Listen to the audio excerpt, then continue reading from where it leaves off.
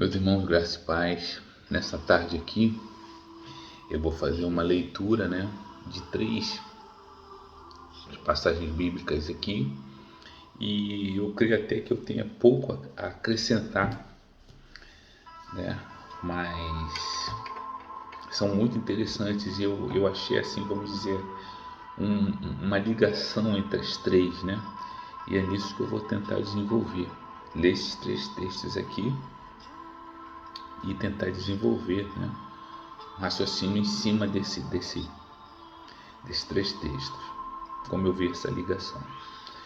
Então, um é o Salmo 50, o outro é Eclesiastes 9 e o outro é Mateus 5. Então a gente vai tentar explicar por que como eu entendi esses três textos e a ligação que existe entre eles. Então vamos lá, eu acho que eu vou começar por Eclesiastes 9.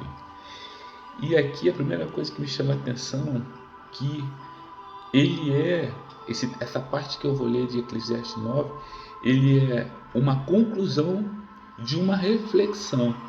Então ele está concluindo uma reflexão em Eclesiastes 9. Não se afirma assim categoricamente o autor de Eclesiastes, mas alguns aventam a possibilidade de ter sido Salomão, Então vamos lá, Eclesiastes 9. Aí diz assim: refleti nisso tudo e cheguei à conclusão de que os justos e os sábios e aquilo que eles fazem estão nas mãos de Deus.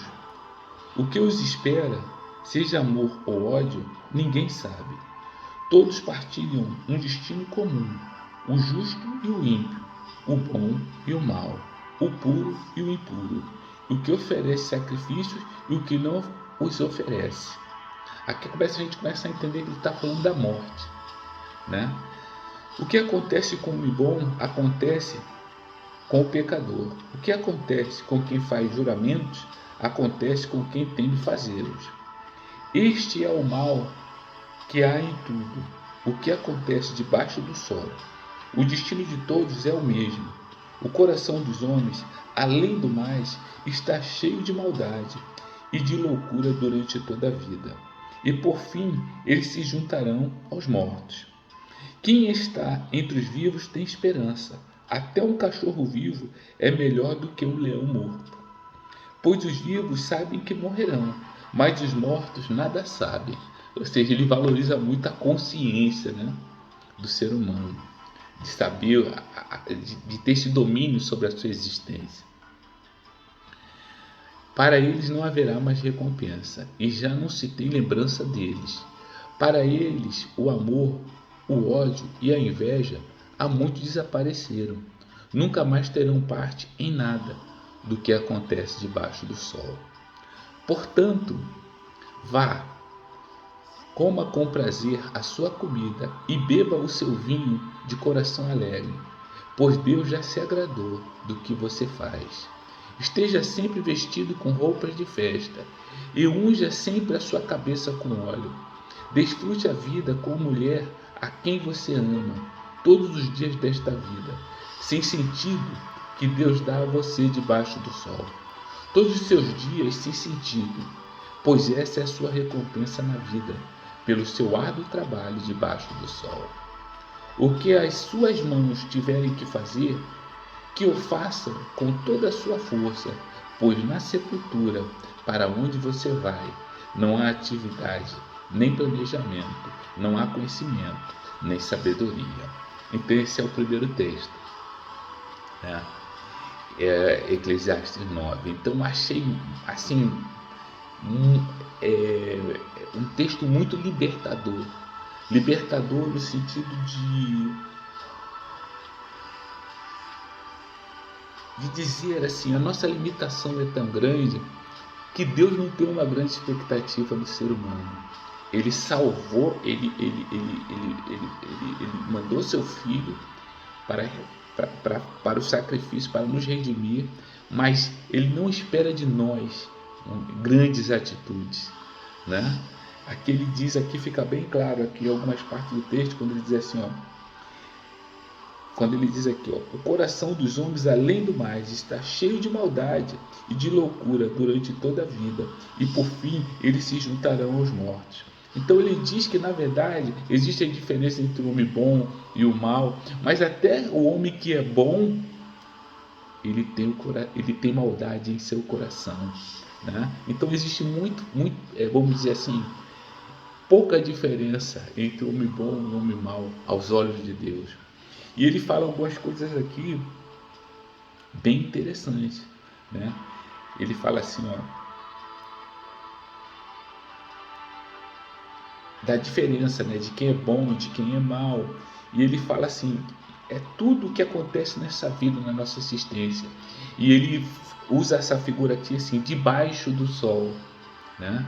Então tudo que está acontecendo, né, durante a nossa existência, ele vai falando. E ele diz o seguinte aqui, olha, então não fica preocupado em fazer o certo, em ser perfeito, que isso você não vai conseguir ser. E ele diz aqui, então, a grande fórmula que eu achei assim, uma mensagem muito bonita, uma mensagem muito libertadora, que diz aqui: portanto vá, coma com prazer a sua comida e beba o seu vinho de coração alegre, pois Deus já se agradou do que você faz. Esteja sempre vestido com roupas de festa, ou seja, você tem essa atitude de viver a vida com gratidão. Eu entendo isso. E unja sempre a sua cabeça com óleo. Desfrute a vida com a mulher a quem você ama. Todos os dias desta vida, sem sentido que Deus dá a você, debaixo do sol. Todos os seus dias sem sentido, pois essa é a sua recompensa na vida pelo seu árduo trabalho debaixo do sol. E por último, a parte muito bonita também que diz: o que as suas mãos tiverem que fazer, que o façam com toda a sua força, pois na sepultura, para onde você vai, não há atividade nem planejamento, não há conhecimento nem sabedoria. Então ele também nos incita a viver de forma de entrega total. Se eu vou fazer uma coisa, por mais simples que seja, eu vou tentar fazer isso com perfeição, com toda a entrega, né? Essa foi a primeira parte aqui que ele fala. E depois, então, nós vamos aqui para o Salmo 50. Vamos aqui para o Salmo 50 para ler o Salmo 50 e tentar entender essa parte do Salmo 50 que eu achei que tem um encaixe aqui. Eu achei bem interessante. A parte do Salmo 50, vou começar no versículo 7 aqui. Ouça, meu povo, pois eu falarei. Vou testemunhar contra você, Israel. Eu, que sou Deus, o seu Deus, não o acuso pelos seus sacrifícios, nem pelos holocaustos que você sempre me oferece. Não tenho necessidade de nenhum novilho dos seus estábulos, nem dos bodes dos seus currais, pois todos os animais da floresta são meus, como são as cabeças de gado, aos milhares nas colinas. Conheço todas as aves dos montes e cuido das criaturas do campo. Se eu tivesse fome, precisaria dizer a você, pois o mundo é meu e tudo o que nele existe. Acaso como carne de touros ou bebo sangue de bodes? Ofereça a Deus em sacrifício a sua gratidão. Cumpra os seus votos para com o Altíssimo e clame a mim no dia da angústia. Eu o livrarei e você me honrará. Então esse texto aqui, o que aconteceu? Quando eu li esse salmo aqui, e ele fala assim,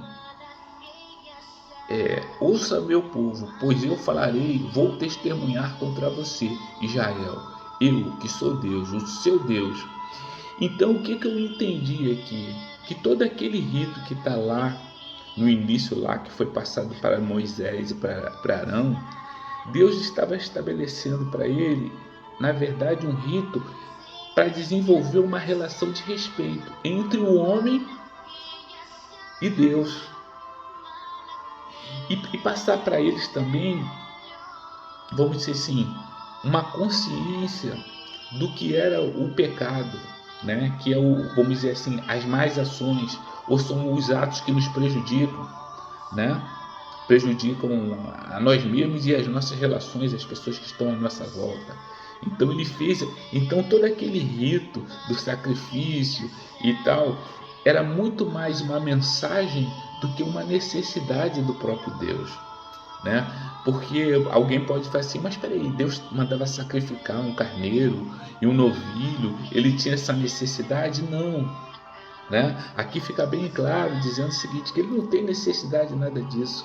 Eu entendo quando ele passou todo esse rito lá, ele mostrou para ele, ele deu para ele uma noção do que era, vamos dizer assim, para um homem entender o que era vamos dizer assim, o pecado na vida humana e principalmente como isso seria resgatado, né? Esse era a coisa, porque aqui ele coloca isso daqui bem claro, mas porque ele fala aqui, olha só, não tenho necessidade de nenhum novilho dos seus estábulos, nem dos bodes dos seus currais, pois todos os animais na floresta são meus, como são as cabeças de gado, aos milhares nas colinas. Conheço todas as aves dos montes e cuido das criaturas do campo.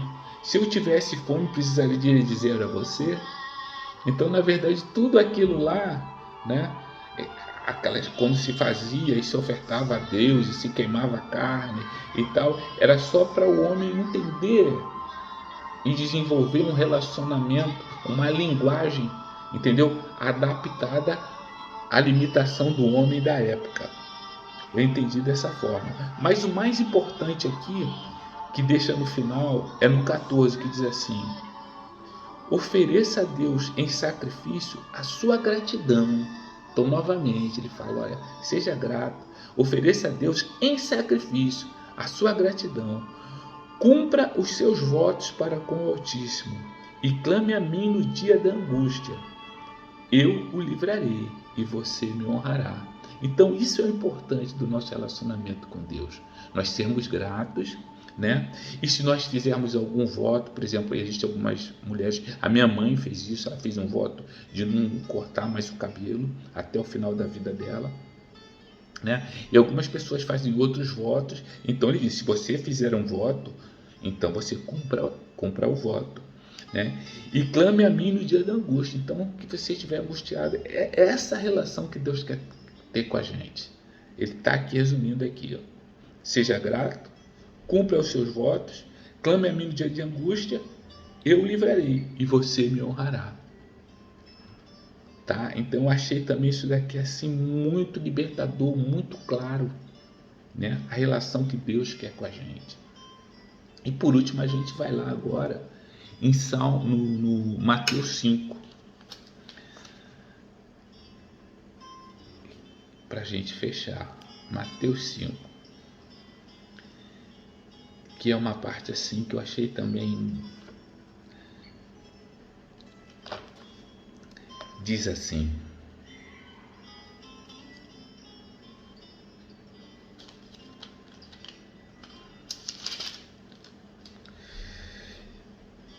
Mateus 5,43 diz assim, então Jesus falando, vocês ouviram o que foi dito, ame o seu próximo e odeie o seu inimigo, mas eu digo, Jesus, amem os seus inimigos e orem por aqueles que os perseguem, para que vocês venham a ser filhos de seu Pai que está nos céus, porque ele faz raiar o seu sol sobre maus e bons, e derrama chuva sobre justos e injustos. Então o que ele está dizendo? Assim como Deus é bom para os homens bons e para os homens maus, e eu acrescento, assim como a morte ela alcança os homens bons e os homens maus, né? A morte terrena, né? Ele diz assim, que nós sejamos dessa forma, quando nós tivermos que praticar o bem, que fazer alguma coisa, a gente faz isso de forma indiscriminada, sem olhar quem é a pessoa, sem estabelecer um julgamento se ela merece ou não. Porque ele diz aqui, ó, novamente, olha aqui, ó, porque ele faz raiar o seu sol sobre os maus e bons, e derrama chuva sobre justo e injusto. Se vocês amarem aqueles que os amam, que recompensa vocês receberão? Até os publicanos fazem isso. E se saudarem apenas os seus irmãos, o que estarão fazendo demais? Até os pagãos fazem isso. Portanto, sejam perfeitos, como o perfeito é o Pai Celestial de vocês. Então, o que acontece? É impressionante isso, a perfeição do nosso Deus, né? Que Ele perfeito, ele não estabelece um julgamento ou discriminação, né? Ou acepção de pessoa. Então ele disse aqui, ó, o sol nasce para todos, para os maus e para os bons, e a chuva também molha os maus e os bons, né? Então essas três mensagens aqui, ela fala da nossa atitude, né? A nossa atitude com relação a Deus, a nossa relação com as outras pessoas, né? Com os outros irmãos, né? E com o ser humano de uma forma geral, né? Esses três textos aqui, ele deixa assim bem claro, e eu achei assim muito libertador, muito simples, né? Existe uma parte aqui que eu não anotei, mas que me ocorre agora, que fala assim: o meu jugo é suave. Então, quando a gente começa a ler e entender a palavra de Deus, ela é libertadora, ela é suave, ela dá a gente liberdade, ela tira toda aquele peso da religiosidade e nos liberta e nos faz respirar, né? com mais leveza dentro do nosso relacionamento com Deus. Por isso eu achei importante dividir esses três textos aqui com vocês, né? Com os irmãos, que é o Eclesiastes 9, né? Mateus 5 e Salmo 50. Então, se vocês lerem ali, vocês vão entender exatamente que Deus ele coloca para a gente com muita simplicidade o que Ele quer da gente, na verdade.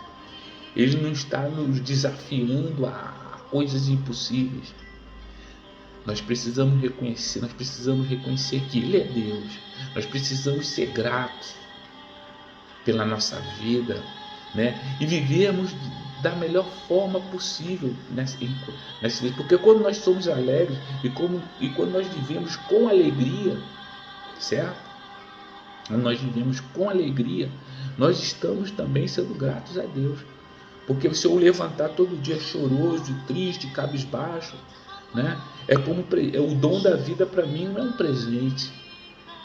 Eu não estou alegrando o coração de Deus, porque aquele meu filho está ali e a vida que eu dei a ele, ele não tá se alegrando, ele não tem alegria na vida. Então eu não estou glorificando o nome do Pai. Então nós precisamos, a despeito de toda a diversidade, sermos gratos a Deus pelo dom da vida. Nós precisamos sorrir mais.